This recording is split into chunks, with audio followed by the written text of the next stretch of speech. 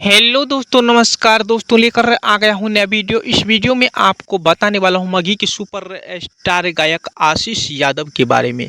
जी हाँ दोस्तों, आशीष यादव का फिल्म कौन सा आ रहा है और कब तक आएगा, यही जानकारी देंगे इस वीडियो में। तो इस वीडियो को पूरा ज़रूर देखिए। इससे पहले अगर मेरे चैनल को सब्सक्राइब नहीं किए है तो ज़रूर कर लीजिए, क्योंकि ऐसा ऐसा वीडियो लेके आते रहता हूँ।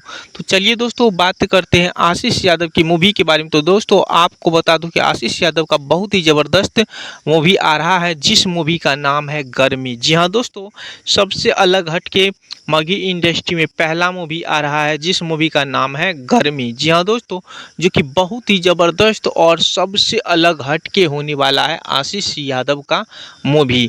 जी हाँ दोस्तों, आपको बता दूं कि ये मूवी रोमांटिक एक्शन भरपूर होने वाला है और दर्शक को बहुत ज़्यादा पसंद आने वाला है। जी हाँ दोस्तों, आपको बता दूं कि ये मूवी कब तक रिलीज होने वाला है। तो दोस्तों आपको बता दूं कि ये मूवी पूरी तरह से शूट कंप्लीट हो गया है, लेकिन थोड़ा सा काम इसका बचा हुआ है।